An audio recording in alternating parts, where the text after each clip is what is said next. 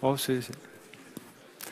Bon, bonjour tout le monde. Salut, je suis Patrick Chenzon. Aujourd'hui, je vais vous parler de l'écosystème Docker sur Microsoft Azure. Euh, alors, j'ai vu pas mal de monde là, pas mal de mes anciens amis là, depuis le début de la conférence à Devox. Et il y en a pas mal qui se sont moqués de moi en disant à chaque fois que tu viens à Devox, en fait, c'est que tu viens changer de job. Donc je suis passé dans pas mal de boîtes dans ma vie. Je vis à San Francisco et donc j'ai passé 10 ans de ma carrière à construire des plateformes chez Netscape, chez AOL et chez Sun. Et après les 10 dernières années, c'était de faire de l'évangélisme sur des plateformes, donc chez Google, chez VMware et chez Microsoft. Et donc je crois que la première fois que j'étais venu à Devox France, quand on avait créé la conférence, c'était quand je venais de passer de Google chez VMware. La dernière fois que je suis venu causer, je venais de passer chez Microsoft. Et là, en fait, c'est un talk que j'avais soumis en tant qu'employé Microsoft sur l'écosystème Docker sur Azure. Et en fait, depuis il y a 3 semaines, je viens de rentrer chez Docker. Donc, en fait, c'est assez, c'est assez cohérent tout ça. Voilà. Une des raisons pour lesquelles j'ai rejoint Docker, c'est que quand j'ai commencé à jouer avec... alors, qui ici a utilisé déjà Docker Oui, pas mal, hein, donc une bonne majorité. Et qui parmi vous, en fait, l'a déjà déployé en production? Est-ce qu'il y a... Ah ouais, pas mal. Hein. Et est-ce qu'il y a des ops dans la salle? Ouais, quelques ops, pas mal. Hein. Ouais, c'est quand même une conférence majoritairement développeurs, mais c'est bien de voir des ops. Pour ce sujet-là, en fait, pour Docker, à mon avis, c'est très intéressant parce que pour moi, c'est un des outils qui réunit les devs et les ops et qui permet d'adopter une démarche DevOps. Moi, le truc qui m'a vraiment convaincu sur cet outil, c'est quand j'ai commencé à l'utiliser, au fur et à mesure, j'avais de plus en plus envie de l'utiliser pour de plus en plus de choses que je faisais. Et ça a transformé ma manière de voir comment je construisais mes applications et ça m'a vraiment fait penser à l'effet que m'avait fait le browser en 95. Et donc là, je me suis dit, il y a vraiment quelque chose là-dedans. Allons voir comment ça se passe là-bas. Donc les 6 derniers mois chez Microsoft, mon rôle, c'était d'amener tout l'écosystème Docker. Donc il y a vraiment un écosystème énorme d'outils, de plateformes, d'operating system autour de Docker sur Azure. Donc Microsoft a beaucoup changé, je pense que vous avez dû voir ça. Quand j'étais chez Microsoft, hein, mon équipe, j'avais une équipe en fait d'architectes hein, et une équipe de IT pro. Donc on essayait vraiment de marier en fait l'IT et les développeurs hein, dans la même équipe, avec DevOps étant un gros thème autour de ça.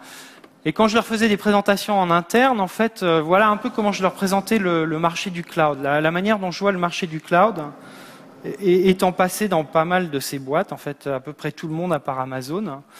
Pour moi, il y a VMware dans un coin, là, dans le coin gauche, hein, où c'est les rois du private cloud, c'est de la virtualisation. Ils sont bien installés dans le marché du private cloud. Ils essayent de venir vers le public avec vCloud Air, mais à mon avis, ils ont un peu de mal. Et donc, pour expliquer ça à mes collègues, j'avais utilisé des métaphores avec des films. Donc, pour moi, VMware, c'est 300 en fait. C'est-à-dire, ils sont là, Sparta. Mais vous savez tous comment ça se finit, 300. C'est pas très bon pour eux à la fin. Ça, c'est mon point de vue.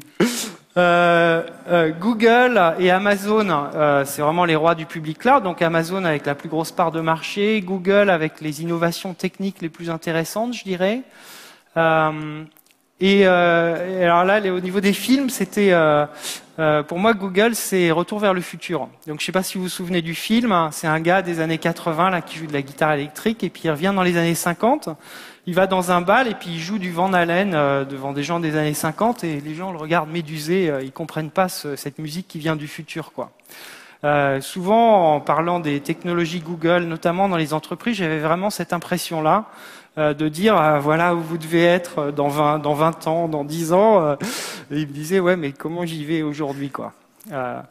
Donc Google, c'est retour vers le futur. Amazon, c'est Pacific Rim. Donc c'est le gros monstre enfin, qui sort d'une faille dans le Pacifique et qui commence à envahir le marché de l'entreprise. Et puis Microsoft, bon alors pour moi c'était Field of Dreams, build it and they will come. Et leur stratégie c'était en fait de construire le cloud hybride. Donc vraiment avec une partie en interne dans les entreprises avec Hyper-V et Azure Pack et System Center. Et puis une partie public cloud vraiment très développée avec des gros investissements sur Azure et en jouant l'ouverture. Et donc dans ces différentes composantes des gens qui s'intéressent à ces marchés-là, je dirais sur le private cloud, c'est surtout les IT pros. Les gens qui ont adopté le public cloud, c'est surtout les développeurs. Et puis au milieu, il y a un peu les architectes. Et à mon avis, l'architecture vers laquelle tout le monde commence à aller, c'est l'hybride, parce que dans les entreprises, c'est ce dont les gens ont besoin.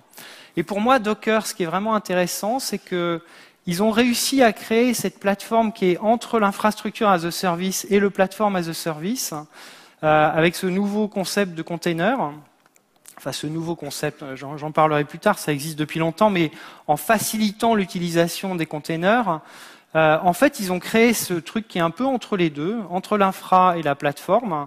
Et avec ces plateformes d'orchestration, en fait, cette partie est en train de manger tout le marché. Et tout le marché se restructure autour de ça. Donc ça, je trouve qu'on vit une période passionnante pour ça. Donc, comme je l'ai dit, je pense que la containerisation, quand j'en parle avec des amis qui sont plus vieux ou qui ont vécu il y a longtemps, là, ils me parlent de ouais, sur le mainframe, on avait déjà ça. Il y a eu la virtualisation hardware, et puis j'ai vu pas mal d'anciens amis de Sun là à la conférence, et effectivement, ça rappelle les Solaris Zones. Et chez Google, alors Google fait tourner dans ses data centers des containers Linux avec LXC. Mais LXC était un peu difficile à utiliser. En fait, ce que la belle réussite que Docker a fait, en fait, c'était de rendre ça plus simple à utiliser. Donc, avec une petite command line, quelques concepts assez simples à utiliser, et ça change complètement l'utilisation quand on rend les choses simples. Bon, vu que la plupart des gens ont utilisé Docker, je vais passer assez rapidement sur l'aspect ce que c'est qu'un container. En gros, un container, c'est une manière de packager du code de manière portable. Et la portabilité, c'est quand même l'aspect essentiel là. C'est un outil qui est à la fois pour les IT pros et pour les développeurs. Pour moi, c'est vraiment un des aspects qui est très intéressant ici. Le projet a explosé cette année. Il y a de plus en plus de gens qui l'utilisent, qui downloadent des images sur le hub. Voilà. Donc il y a beaucoup de succès. Et récemment, on a organisé un événement un peu autour du monde pour le 2e anniversaire du projet, pour inciter les gens à contribuer au projet.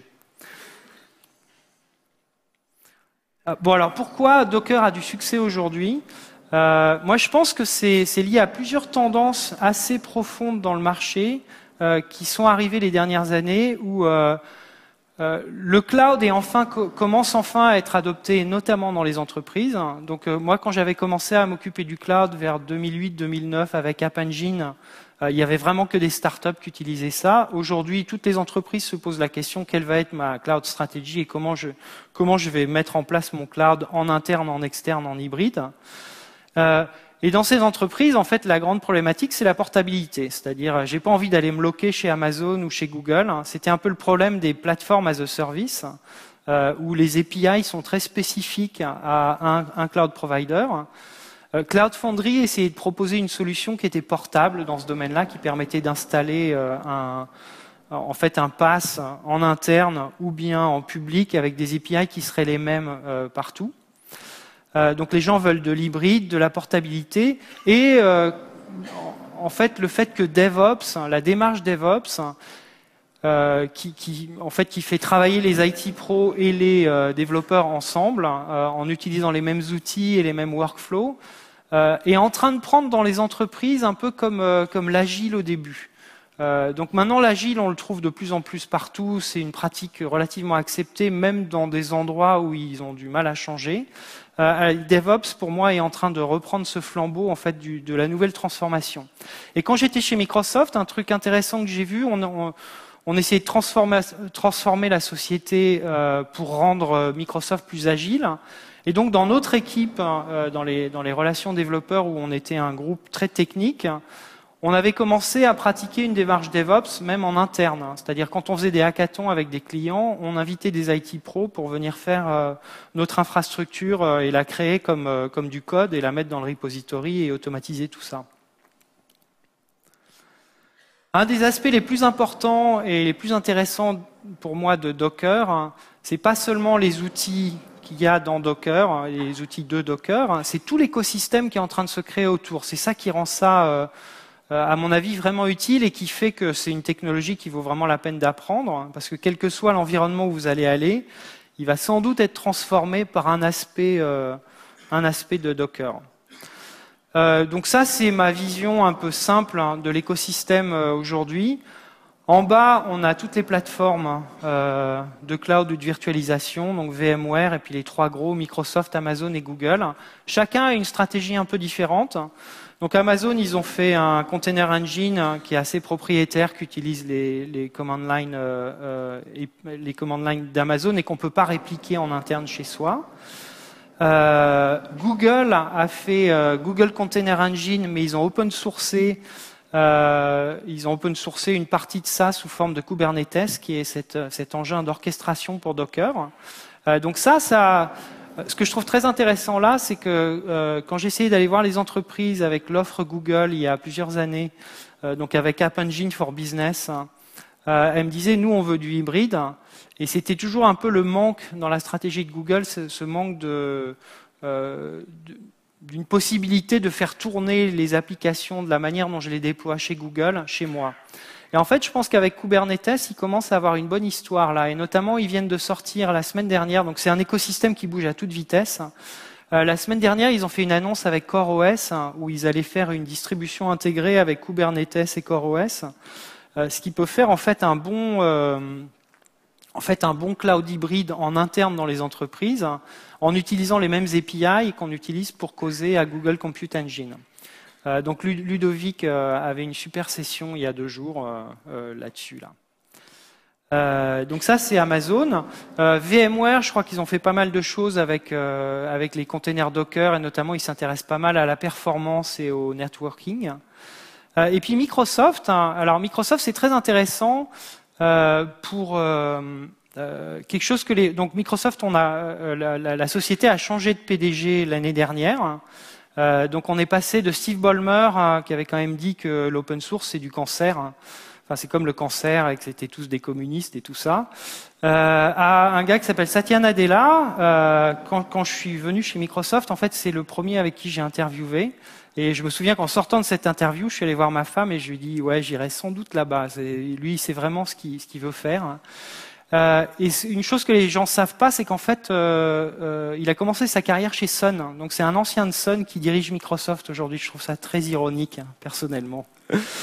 Et donc Microsoft, qui est en train de se transformer, a vraiment un parti pris d'ouverture. Donc qui dans la salle d'ailleurs est un développeur Java? Je crois qu'à Devox, c'est vraiment la majorité, d'accord. Est-ce qu'il y a des développeurs .NET parmi vous aussi? Ah, il y en a quelques-uns, super. Bon, pour beaucoup des développeurs Java qui sont là, qui ont mon âge ou même un peu plus jeunes, quand même les années 2000 ont été marquées par cette grande guerre Java versus .NET, où il y avait l'aspect open source, mais il y avait aussi l'aspect Sun versus Microsoft. Et donc c'est à cette époque-là justement que Microsoft a fait grossir et a créé son équipe d'évangélisme et a fait un super boulot pour aller dans les entreprises, mais ils avaient vraiment l'approche complètement propriétaire. Et en fait, aujourd'hui, beaucoup de développeurs ont dans l'esprit cette vision de Microsoft comme la plateforme propriétaire qui est contre Java, etc. Et en fait, ce dont les gens ne se rendent pas compte, et ça, je vous conseille vraiment d'aller regarder les docs d'Azure pour voir un peu tout ce qu'on peut faire avec. La vision de Microsoft a complètement changé. Aujourd'hui, ce qu'ils disent, c'est que le combat pour la plateforme, c'est un cran au-dessus. C'est-à-dire, c'est plus Java versus .NET ou Windows versus Linux. C'est une bataille entre les 3 grands cloud providers, en gros. Il y a Microsoft, Amazon et Google. Et donc le combat se situe à ce niveau-là. Et donc Microsoft, leur point de vue, c'est de dire on fait du hybrid cloud, donc on est très orienté entreprise. Mais sur notre cloud, on veut toutes les workloads. Donc on veut du Linux, on veut du Windows, on veut toutes les workloads Java, PHP, Node.js. Et donc Microsoft commence à s'attaquer assez systématiquement à toutes les communautés pour essayer de les faire venir sur leur plateforme. Et en fait, moi, les 2 ans que j'ai passé là-bas, j'ai trouvé ça extraordinaire. En fait, ce changement de mentalité et tous les efforts qui sont faits pour rendre Microsoft, Azure notamment, une meilleure plateforme pour faire tourner Linux. Et donc quelque chose que les gens ne savent pas tellement, c'est que donc Windows Azure, c'est une plateforme qui est complètement construite sur Windows Server. Donc toutes les machines font tourner Windows Server. Au-dessus de ça, il y a Hyper-V, donc la virtualisation de Microsoft. Et en fait, au-dessus de Hyper-V, on fait tourner des VM Linux ou bien des machines Windows Server. Et en fait, 20% des VM qui tournent sur Azure, c'est du Linux aujourd'hui. Et je pense que c'est un chiffre qui est constamment en accroissement. Et ça m'étonnerait pas que d'ici quelques années, en fait, plus de 50% des workloads sur Windows Azure soient sous Linux. Donc Microsoft est dans cette transformation de la société pour essayer d'attirer des développeurs et des IT pros qui viennent de mondes très différents. Et donc, dans ce cadre-là, en fait, ils ont fait des gestes vers la communauté Chef et Puppet, Ruby, Node, avec le PaaS, en fait, le platform as a service d'Azure implémente Ruby, Node, PHP. Non, Node, PHP, pas Ruby. Et Java. Donc, on peut faire tourner des applis Java sur le PaaS de Microsoft. Et plus récemment, en fait, a fait un partnership stratégique avec Docker, en disant ce workflow là que Docker permet, on l'aime tellement qu'on aimerait bien, en fait, on va utiliser ça comme brique de base pour l'offre de développement Microsoft, et on aimerait bien amener ça aux développeurs .NET. Et donc il y a eu une annonce, il y a eu pas mal d'annonces dans les mois derniers, mais surtout hier, en fait, ils ont fait une annonce assez importante où effectivement va y avoir Docker pour Windows Server. Donc Docker aujourd'hui, le Docker Engine est basé sur des primitives du noyau Linux et donc ne fait tourner que des containers Linux. Microsoft en fait va ramener le même genre de primitives dans le noyau de Windows Server pour pouvoir faire une version de Docker, et donc ils vont contribuer dans le projet open source Docker une version de Docker Engine qui fasse tourner des containers Windows pour des applications Windows. Et donc l'idée, c'est que quand on passe à une architecture de microservices, vu que dans les entreprises, les développeurs sont 50-50 Java et .NET, on va pouvoir commencer à décomposer ces grosses applis monolithiques qu'on a construits dans les 20 dernières années en microservices, et les microservices pourront être en .NET ou en fait pourront tourner sur du Windows ou du Linux dans des containers et être développés dans des environnements Windows ou dans des environnements Linux. Donc un truc qui est assez rigolo qui s'est passé les dernières années, c'est que donc .NET a été open sourcé. Il y a un gros rapprochement avec les gens du projet Mono. Et donc il y a 6 mois, je me souviens, pour la première fois, j'ai réussi à faire tourner une appli ASP.NET V5 sur une machine Linux. Donc bientôt, j'aurai la possibilité en fait de développer une appli .NET dans Visual Studio, éventuellement de la faire tourner sur un container Docker Linux ou bien sur un container Docker Windows Server. Donc là, les possibilités de mix and match en fait de mélanger les technologies deviennent de plus en plus étendues. Donc ça, c'est l'histoire de Microsoft. Ensuite, la couche au-dessus de ces couches de cloud, il y a l'operating system qu'on fait tourner sur les VM qui sont dans le cloud. Et là, il y a une grosse transformation qui est arrivée vraiment, ça c'est l'an dernier, hein, c'est tout récent. Donc il y a les gros du marché comme Ubuntu et Red Hat qui ont sorti des distributions beaucoup plus petites. Et l'idée, c'est que dans un data center, on n'a pas envie d'avoir une grosse distribution Linux avec tous les outils de développement, les trucs graphiques, etc. Il faut le noyau. Et en fait, quand on fait des applications avec des microservices avec Docker, on a juste besoin du noyau et du Docker daemon. Tout le reste peut être mis dans des containers. Et donc, Red Hat a fait le projet Atomic, qui est une distribution de Red Hat, mais super restreinte, avec pas mal d'options de sécurité. Ils ont un gros focus sur la sécurité chez Red Hat et le Docker Engine. Ubuntu a fait une autre version qui s'appelle Ubuntu Core, hein, qui est aussi une version réduite pour les data centers. Et la start-up en fait qui avait un peu lancé ce mouvement, c'était CoreOS, où eux ils sont inspirés, je crois, de Chrome OS. Et ils ont fait cette distribution très réduite qui est inspirée des distributions qui tournent chez Google dans les data centers. Donc ils ont une distribution très réduite, le Docker Engine, et puis ils ont quelques outils en plus. Ils ont mis etcd, qui est un key value store distribué, qui permet de mettre toute la configuration d'un cluster en fait dans ce key value store distribué. Et puis alors il y a etcd et puis ils ont un petit outil d'orchestration dont je parlerai qui s'appelle Fleet. Donc là, on a les operating. Et puis alors, plus récemment, il y en a un nouveau qui est sorti il y a 2-3 mois, qui s'appelle Rancher OS. Eux, ils vont encore plus loin que CoreOS, parce que CoreOS est basé sur systemd pour le démarrage et pour la gestion des process. Rancher OS, eux, ils veulent vraiment faire l'operating system du monde Docker, et donc ils ont juste le noyau et 2 Docker Engine. Donc ils en ont un qui est le Docker Engine pour le système, en fait un Docker system, qui lance les process système privilégiés, etc. Et qui lance en fait un autre Docker Engine pour les user process, qui est ce que l'utilisateur va utiliser pour lancer ses propres applications sur la machine. Donc ça, c'est une approche assez prometteuse, où on voit que l'operating system se diminue de plus en plus, pour ne garder que 1 ou 2 Docker Engine qui, eux, font tourner des containers où tous les outils et les operating systems et les librairies vont se trouver. Donc ça, c'est ce qui se passe au niveau de l'OS. Bon, ensuite, il y a Docker avec Docker Swarm Machine Compose. Et là, sur la gauche, ce que vous voyez, c'est alors c'est Docker, c'est quand même un projet très récent, ça a 2 ans, donc il y a pas mal de choses que Docker ne fait pas. Et notamment dans les limitations qu'il y a, c'est le networking. En fait, le Docker networking n'est pas tellement multi-host.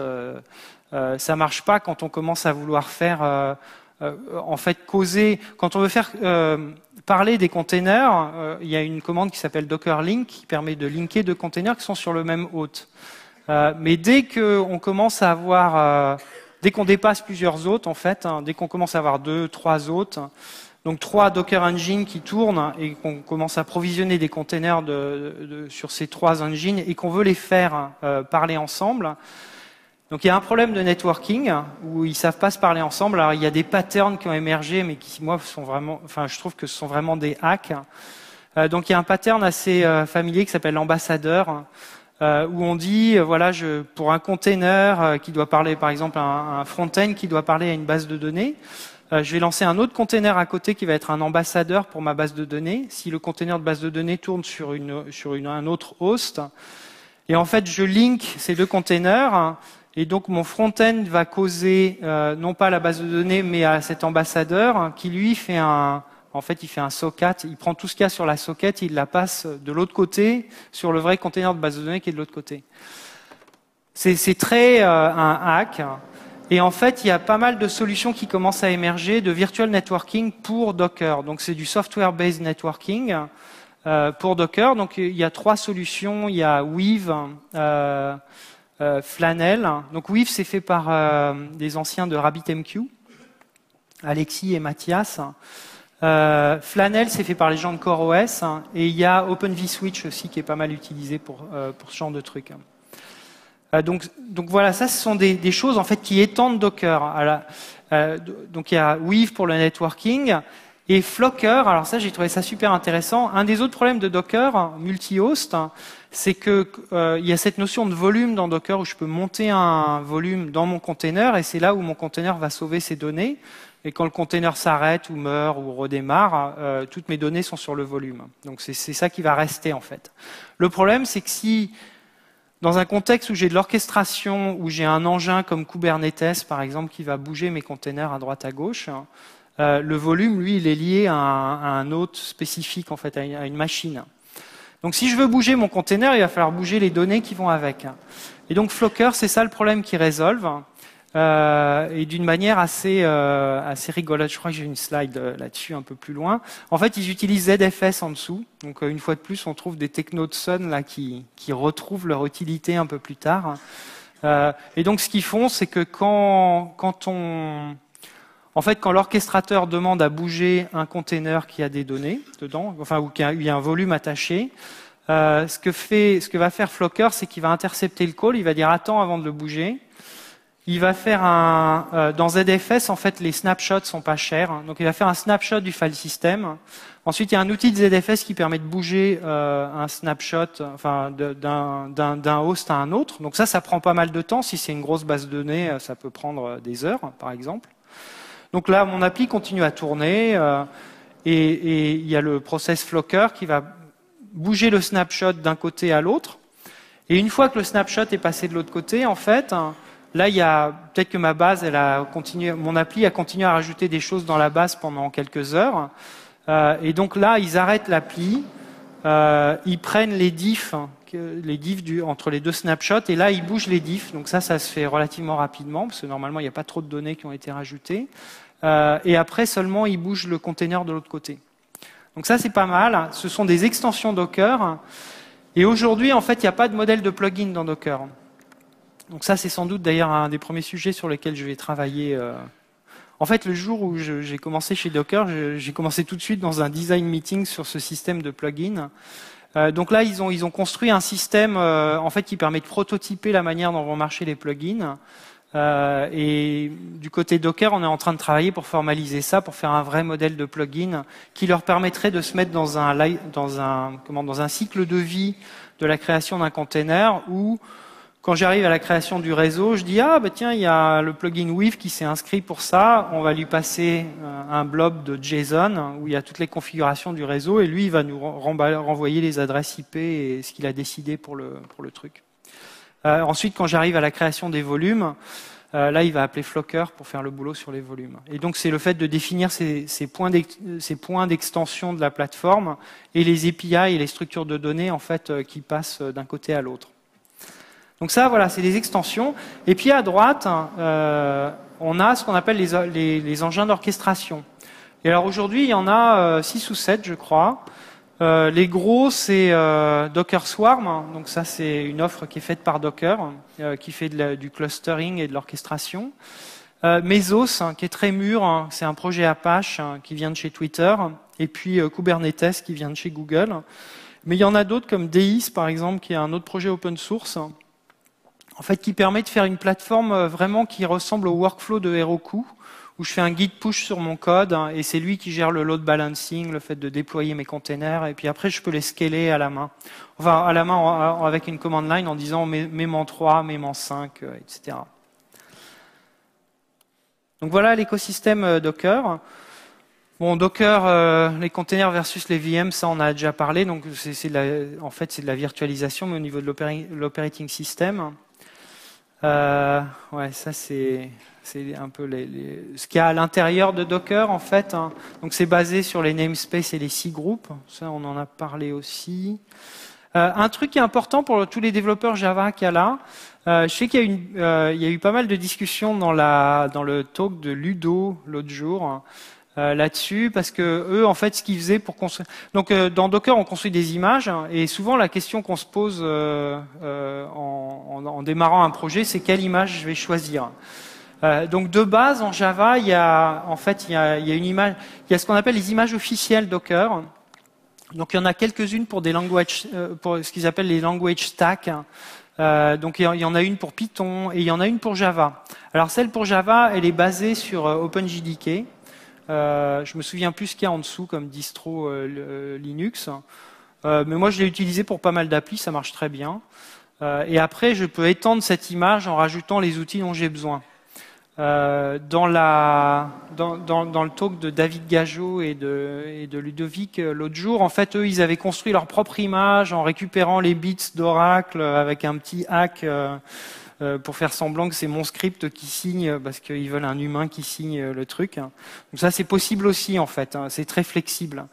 Et une des discussions qu'il y a eu hier soir, on a fait un petit meet-up du Docker Paris Group. Et une des discussions qu'il y avait, c'est comment est-ce que je commence avec mes images en fait.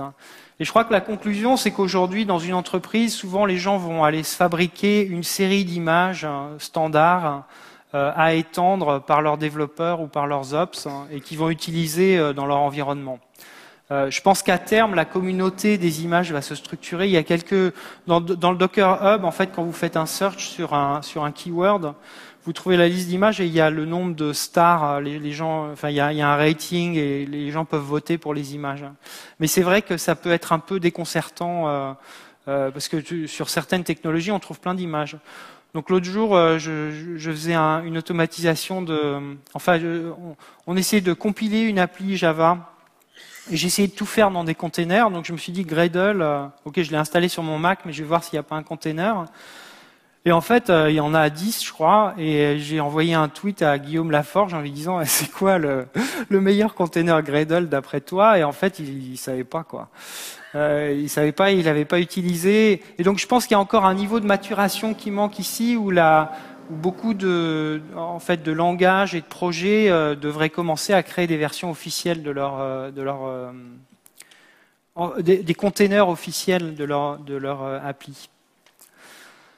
Donc Docker a pas mal évolué de ce petit engine au début qui permettait de fabriquer facilement des containers. Ça commence à devenir une plateforme pour construire, déployer et faire tourner des applications. Le nombre de projets en fait sous l'égide Docker dans GitHub grandit. Donc il y a Docker Engine qui est le cœur du produit. Docker Hub, alors ça c'est pas open source, c'est le repository d'images que Docker maintient. Donc souvent quand vous commencez à l'utiliser, vous allez créer un utilisateur là-bas et puis vous commencez à pousser les images là. Dans les entreprises, en fait, il y a souvent il y a plein d'applications qu'on veut garder en interne. Donc il y a Docker Registry en fait qui est la version open source de la registry Docker qu'on peut installer en interne pour stocker ses propres images. Et puis sinon, Docker a une offre commerciale qui s'appelle Docker Hub Enterprise qu'on peut installer derrière le firewall pour avoir ses propres repositories sous contrôle en fait. Récemment, il y a d'autres projets qui sont sortis. Docker Machine, je vais vous montrer comment ça marche, c'est vraiment pas mal. Parce que souvent, un des problèmes des gens qui démarrent avec Docker, c'est comment est-ce que je provisionne des machines Docker dans Azure ou dans AWS ou dans Google, enfin dans le cloud que j'utilise ou sur VirtualBox. Et donc Docker Machine simplifie ça en fait. Donc c'est une commande simple avec des drivers pour chaque cloud ou virtualization platform qui permet de créer une machine avec une image Linux et Docker dessus, qui permet de démarrer assez vite. Docker Compose, ça permet de faire tourner, en fait, de prendre un ensemble de microservices. Donc typiquement, je vais prendre mon front-end, ma base de données, éventuellement un load balancer, et de faire tourner tout ça en même temps, en fait. Donc en développement, c'est assez pratique plutôt que de lancer chaque container. Les gens finissent par écrire un shell script pour ça, pour lancer 5 containers en développement. Et donc Docker Compose, il y a un petit format YAML qui nous permet de définir quels sont les ports, quels sont les noms des containers et comment je vais les linker entre eux. Et puis je fais Docker Compose up et il va lire ce fichier et puis il va lancer tous les containers pour moi. Et puis Docker Swarm, qui est donc l'offre d'orchestration de Docker. Bon, la communauté, enfin c'est une communauté énorme et ça gaze vraiment bien en ce moment. La boîte, c'est une boîte assez petite en fait. Moi, c'est la première start-up où je travaille. Donc là, ils sont 130 et donc quand je suis arrivé, la deuxième semaine, le PDG Ben là, nous a pris dans une salle, une trentaine d'entre nous, en disant voilà, bienvenue dans la compagnie, etc. Vous êtes tous ceux qui ont commencé depuis janvier. Donc on était 30, je sais pas, ça fait un cinquième de la boîte, quoi. Ouais, et en termes de revenus et de business model, donc aujourd'hui, en fait, Docker est open source, donc tout le monde peut faire ce qu'il veut avec. Docker Hub, il y a une partie où on peut, en fait, vous pouvez acheter des repos privés dans le Docker en mode software as a service hosté par Docker. Mais pour les entreprises, en fait, le gros business model, c'est Docker Hub Enterprise, où là, vous pouvez acheter une version à mettre derrière votre firewall, et où là, vous pouvez gérer vos images par vous-même. Donc c'est un aspect qui est très important pour moi dans le fait que Docker marche bien, c'est cet aspect DevOps qui devient très à la mode. Donc la répartition des outils en fait sépare bien les rôles. Le développeur, il fait son appli, il spécifie quelle librairie il va utiliser dans son appli. Donc pour un développeur Java, ça va être mon Maven POM-file.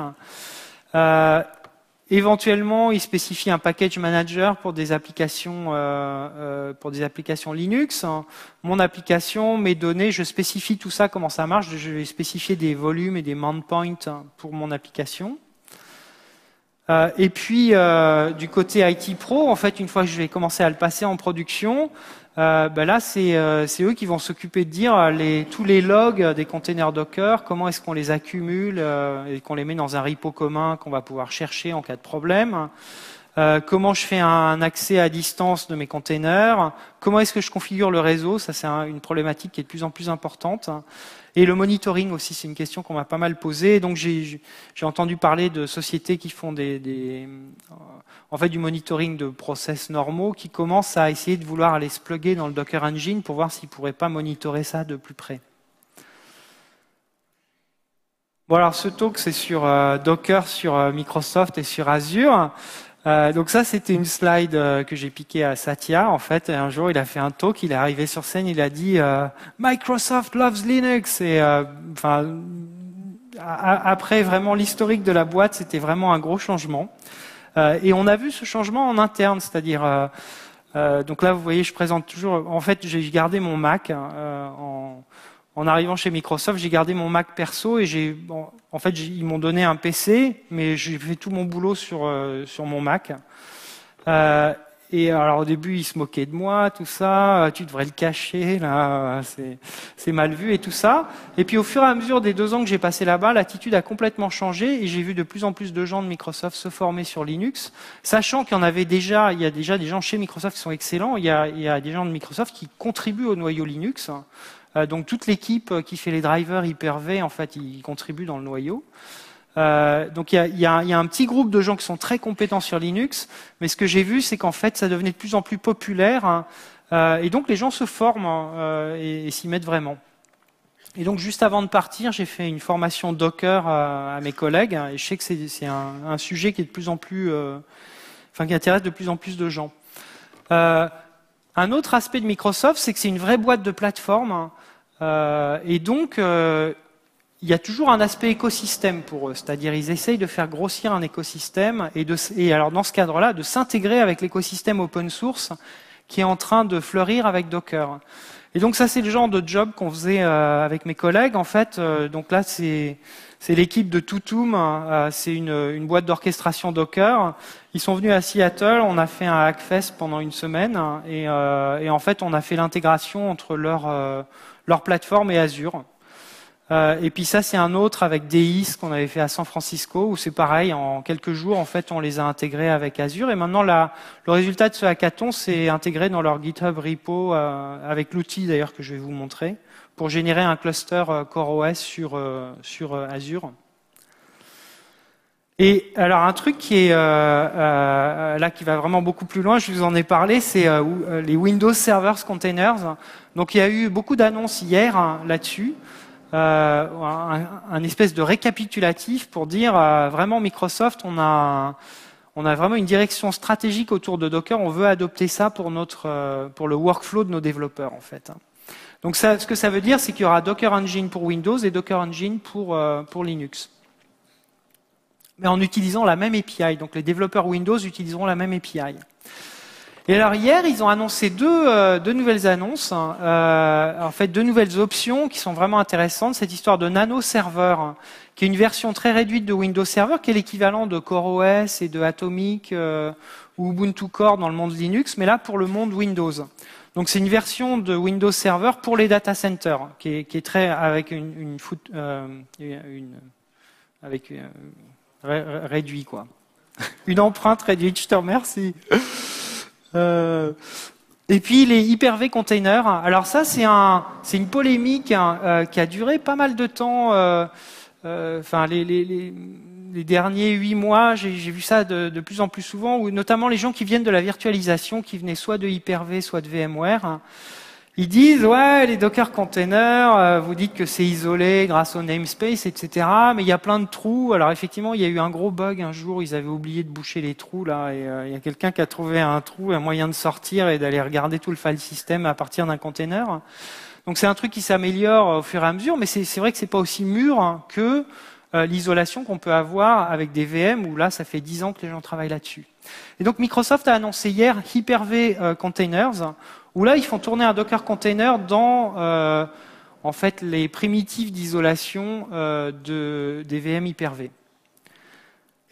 Donc ça donne une option un peu plus secure quand on fait tourner des containers dans un monde multi-tenant, pour des gens qui sont soucieux de sécurité. Bon alors, Docker sur Azure, la manière... Qui parmi vous a... Ah oui, d'ailleurs, ça, on va faire un petit sondage. Qui parmi vous utilise Google Cloud Platform? Quelques-uns. Ah ouais, dis donc, c'est pas beaucoup. Hein. Mais cela dit, c'est un talk sur Azure. Hein. Je suis désolé, Ludo. Qui utilise Amazon? Ouais, d'accord. Pas tant que ça. Et Azure, est-ce qu'il y a des utilisateurs Azure ici? Ah, 3, 4, 5. Oh là là. Bon, alors, je vous conseille, à la sortie de ce talk, d'aller sur la console Azure. Vous pouvez créer un utilisateur avec... il vous donne $200 pour commencer gratuitement. Et d'aller essayer tout ça. Et donc, pour essayer sur Azure, le moyen le plus simple, en fait, c'est d'aller dans le portail Azure, qui ressemble à ça. Vous cherchez Ubuntu Docker, il y a une image officielle, c'est une Ubuntu VM avec Docker préinstallé. Vous mettez votre certificat là-dedans et en 5 minutes, vous pouvez vous connecter à cette VM. Voilà. Alors, si vous êtes plus command line, alors il y a plein de moyens de provisionner des VM dans Azure. En gros, il y a une API qui s'appelle le Service Management API qui permet d'aller provisionner des VM, de rajouter des disques, d'attacher des disques dessus, etc. Il y en a une version en PowerShell pour les gens qui sont sous Windows. La version sur Linux ou Mac, hein, elle est basée sur Node.js. Hein, c'est le Azure Cross Platform Command Line Client. Et donc voilà à quoi ça ressemble. En fait, il y avait une commande qui s'appelait Azure VM Create et ils ont rajouté Docker au milieu. Donc c'est Azure VM Docker Create avec mon nom de VM et puis quelques paramètres. Et donc ça va me créer une VM. Bah tiens, on va en lancer une là. Je crois que j'ai ça dans un terminal ou alors. Ouais, ben là, je viens d'en créer tout un paquet, là. On va en créer une de plus, voilà. Azure VM Docker Create. Donc là, j'étais en train de me créer un cluster Swarm. Donc je vais créer un 4e node. Je vais créer node 4. Est-ce que vous voyez bien? Attendez, je vais grandir un peu la police. Voilà. Donc je fais Azure VM Docker Create path node 4. Je vais dans la location East US, donc je vais mettre ça dans la zone East. Je lui demande d'ouvrir le port 22 pour faire du SSH. L'image name, c'est quelque chose que j'ai précisé avant, et ça, c'est mon password super secret pour me loguer sur cette VM. Alors, je pense que les gens qui font de l'Ops ici vont me regarder avec des gros yeux, mais en fait, je suis un développeur. Ah ben, ça a raté. Credential have expired, donc il faut que je me relogue. Bon, je vais peut-être pas me reloguer. Vous voyez, ouais, il reste que 7 minutes, je vais peut-être pas me reloguer, mais vous voyez l'idée. Ouais, normalement, il continue. Et puis, d'ailleurs, vous voyez ici là les dernières exécutions, il crée sa VM, etc. Et puis après, je peux me loguer dessus. Alors ça, c'est l'option Azure un peu native. L'option Docker native, c'est Docker Machine. Alors Docker Machine, c'est vraiment un de mes outils préférés. Ça permet de provisionner en fait des VM dans presque, enfin, je ne sais pas s'ils ont tous les drivers encore, mais il y a dans beaucoup d'environnements, dont VirtualBox, VMware, Bien sûr Azure, Hyper-V, Amazon, Google, etc. Donc voilà à quoi ça ressemble. Et en fait, si je lance une commande comme ça, donc je vais créer donc Docker Machine Create, -d Azure, c'est pour dire je veux utiliser le driver Azure. Quand je dis ça, en fait, ça me donne accès à des options en plus qui sont Azure spécifiques. Donc pour Azure, il me faut le subscription ID, le certificat et la location. Après, je peux spécifier la taille et des trucs comme ça. Et puis un nom. Ouais, et alors Docker Machine. Ouais, est-ce que je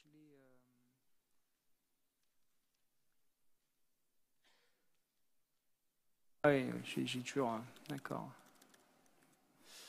Alors Docker Machine, est-ce que je l'avais là-dessus? Ouais, voilà, j'en ai une. Ah, le message, je l'avais créé sur VirtualBox. Euh, non, je dois l'avoir dans un petit fichier texte.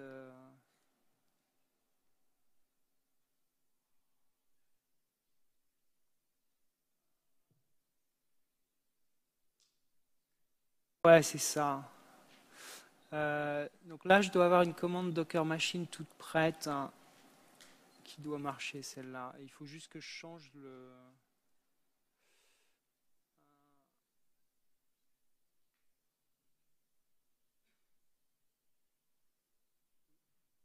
Oh, it's okay.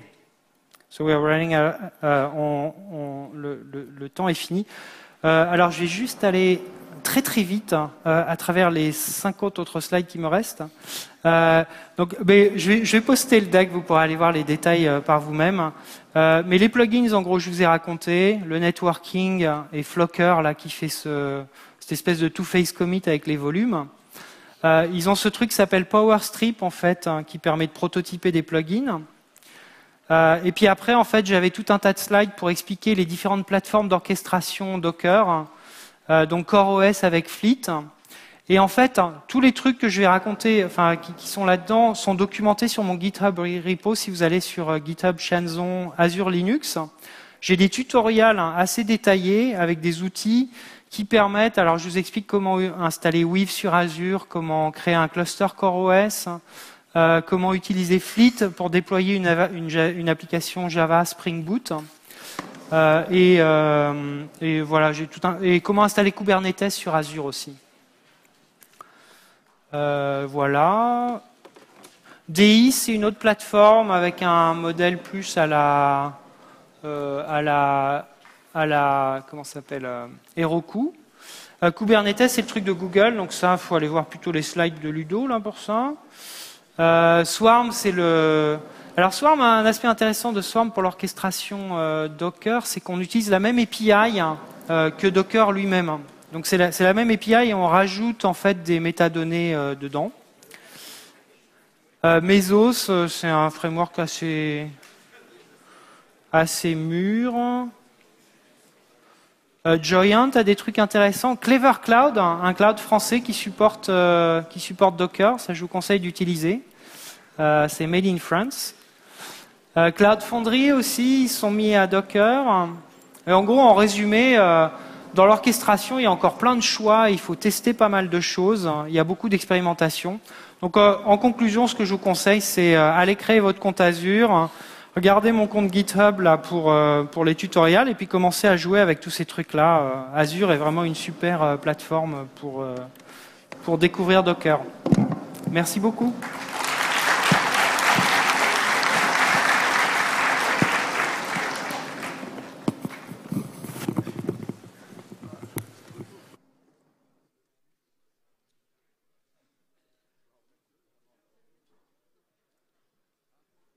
Ah, mais parce que toi, tu... Mais non, mais...